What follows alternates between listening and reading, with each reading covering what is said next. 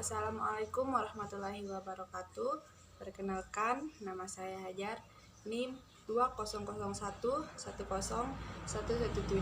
dari kelas 1E, Program Studi Pendidikan Islam Anak Usia Dini, Fakultas Tarbiyah dan Keguruan, Universitas Islam Negeri Mataram.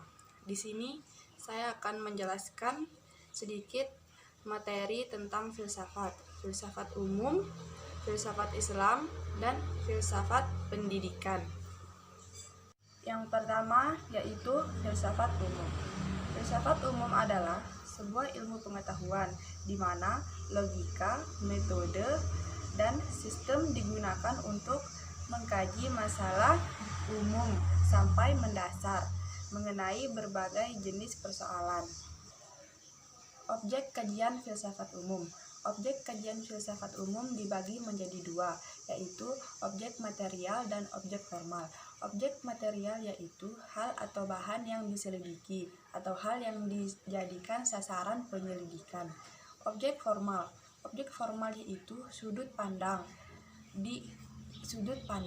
dari mana hal atau bahan itu dipandang. Objek yang dikaji adalah suatu yang dapat dirasionalkan yang bersifat empiris. Selanjutnya yaitu filsafat Islam. Filsafat Islam adalah kajian sistematis terhadap kehidupan alam semesta, etika, moralitas, pengetahuan, pemikiran, dan gagasan politik yang dilakukan dalam dunia Islam. Objek kajian filsafat Islam. Objek kajian filsafat Islam ada beberapa, yaitu Tuhan, manusia, alam, hadis, kebudayaan yang bersumber kepada Al-Quran, dan akal. Filsafat Islam dibagi menjadi tiga, yaitu Irfani, Bayani, dan Burhani. Irfani adalah metodologi model berpikir yang didasarkan pada pendekatan langsung terhadap realitas spiritual religius. Bayani adalah model metodologi berpikir berbasis teks. Sedangkan Burhani adalah metodologi berpikir yang tidak berdasarkan pada teks tetapi berdasarkan kepada logika. Mempelajari filsafat Islam. 1. Mengetahui asal identitas. 2. Tidak bersifat syirik. 3. Sebagai sebuah pengingat. 4. Sebagai sebuah penyelamat. Dan terakhir, bahan renungan untuk diri sendiri. Yang terakhir yaitu filsafat pendidikan.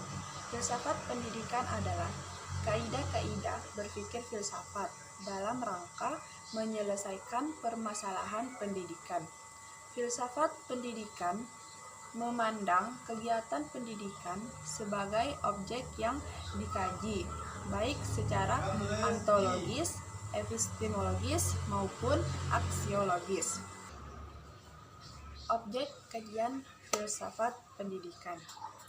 Ada beberapa objek kajian filsafat pendidikan, yaitu tujuan pendidikan sebagai arah pengembangan model pendidikan,